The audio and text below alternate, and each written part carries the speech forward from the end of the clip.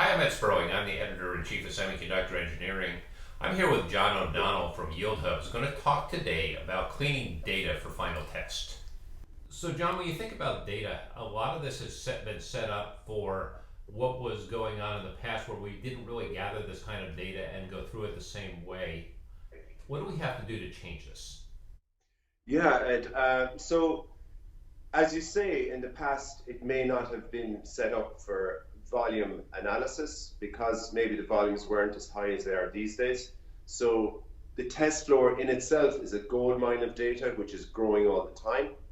And in order to deal with it, you have to effectively purify the gold, if you like, which has to be automated with the types of volume we're dealing with these days. So final test is not ideal for instant analysis unless there's some purification of the data. So that's where a system like yieldHUB comes in. So, there's a lot of terms being thrown around here. What exactly is good data? Well, good data, data you can rely on, trustworthy data, leads to faster yield improvement. It means less additional headcount as your data grows. It means fewer lots on hold, and any lots on hold will be on hold for a shorter time. And the ability to actually relate your MES data with the production data log data on the floor. So that's what good data means. How does that compare with bad data? What's the difference here? Well, the difference, bad data is often caused by maybe not all the data being uploaded to the server. For example, if you're making a decision on yield where you don't have all the data available because maybe some testers aren't networked correctly or there's some issue with the uploading, that's going to cause a problem because you're making a decision on less than the full amount of data available. Another example where you may lose data integrity is where maybe the lot ID is entered with maybe a 0 instead of an O or vice versa, or there's some manual data entry issue. Okay. Thirdly, the actual test programs that run and test the chips on the floor may have issues which lend themselves to data integrity issues. So the quality of the test program and how it relates to generating data is so important too. So, what actually reduces data integrity? Can you give some examples here?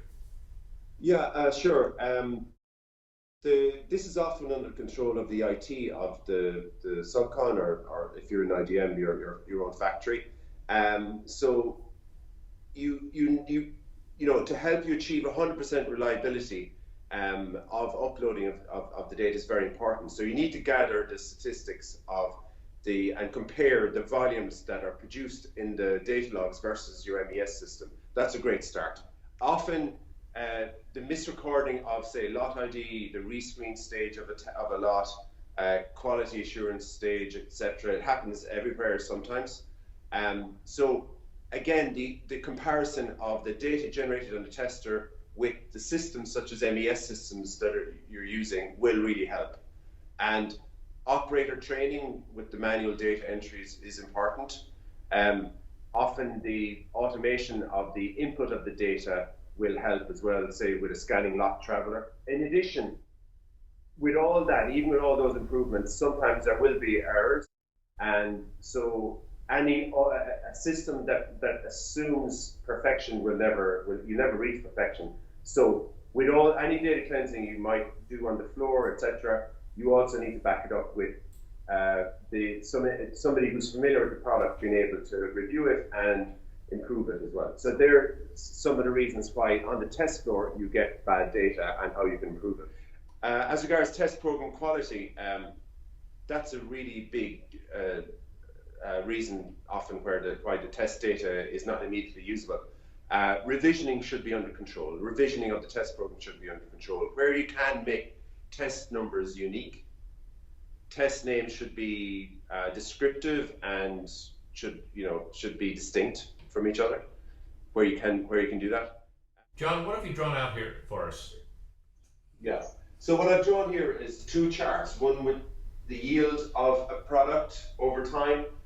The second chart is a chart of a test parameter, a key test parameter from that product. So the x-axis here, what we have is the First time you test the lot in production, then rescreening reject several times, and finally a consolidated version of the lot. So let me explain in more detail. This chart would be based on hundreds of lots of production data. And you see in a normal production, when you first test any final test lot, you will have a spread of yields. And so this box plot represents a spread from 0 to about 100%. So often the rejects from here will be retested, and they will have a different spread, second retest, third retest. Okay, and similarly with the test parameter, say it could be a key test parameter related to reliability or something, or that has a direct correlation with yield. So the first time you test any lot, there will be a spread of the results. So this is over hundreds of lots, as I say. And then this will be a spread of the first rescreen, second rescreen, third rescreen. But what you have here is you have all this data, and how are you supposed to know, like, you've volumes of this data generating all the time. You need to make decisions on the data, on the actual yields. And where is the yield here? Where is the yield? The yield is actually possible to determine using algorithms to be using what we call consolidated yield. So this represents the actual yields, taking all these read screens into account. And the spread, as you can see, is a little bit different.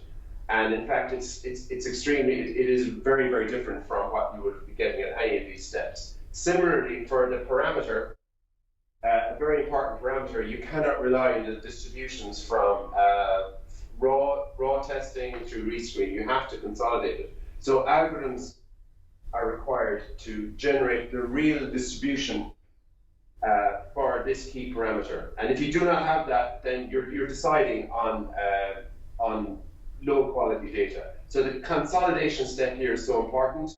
Say if you have no consolidation and you're looking at hundreds of lots of data, you probably look at a trend like, say, we'll just say this is 100, 0 to 100. The trend of yield might be, this is lot 1 to lot n. You probably have several values for lot 1, lot 2, all the way up. Okay, so this is without consolidation. With consolidation, you can, the yield, the actual yield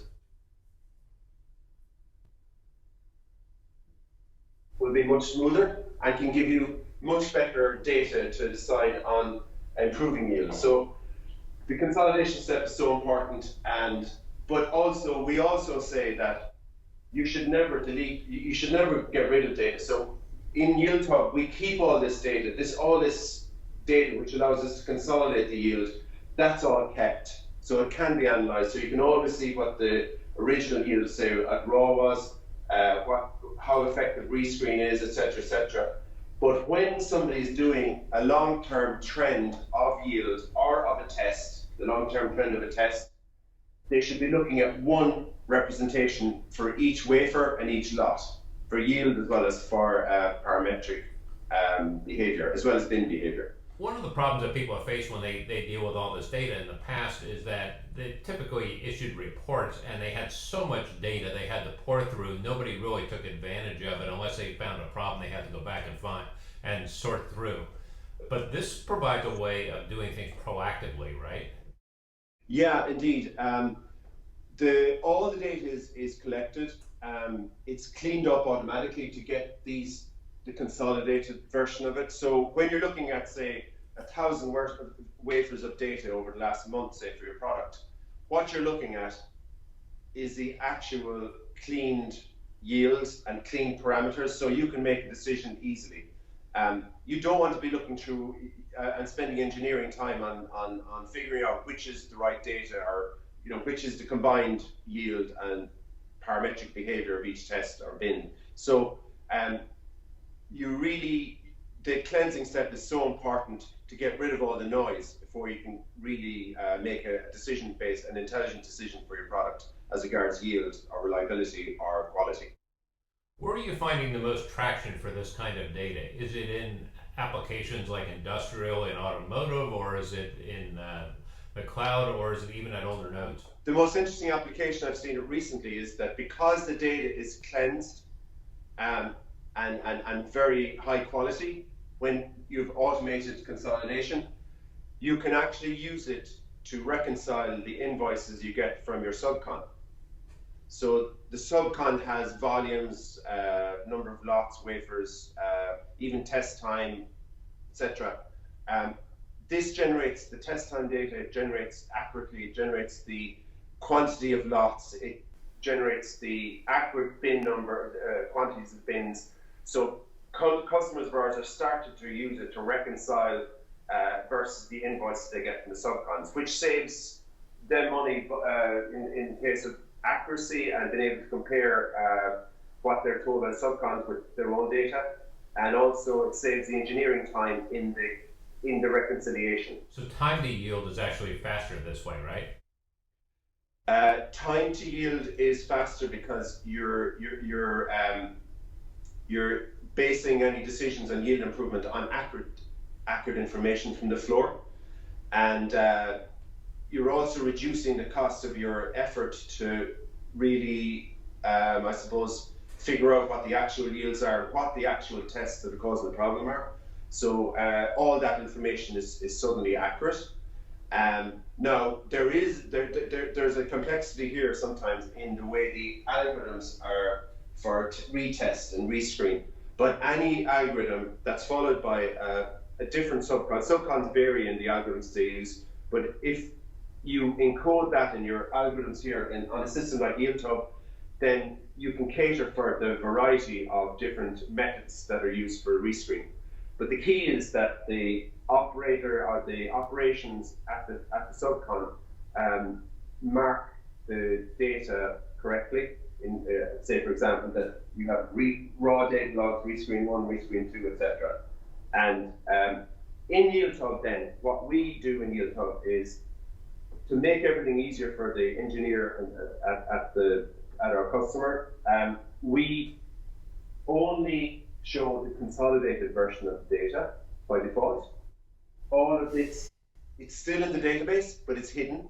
So when you're looking at trends, it immediately uses the consolidated, cleansed version of the data. John O'Donnell, thanks for a great explanation. Thanks, Ed. Appreciate it.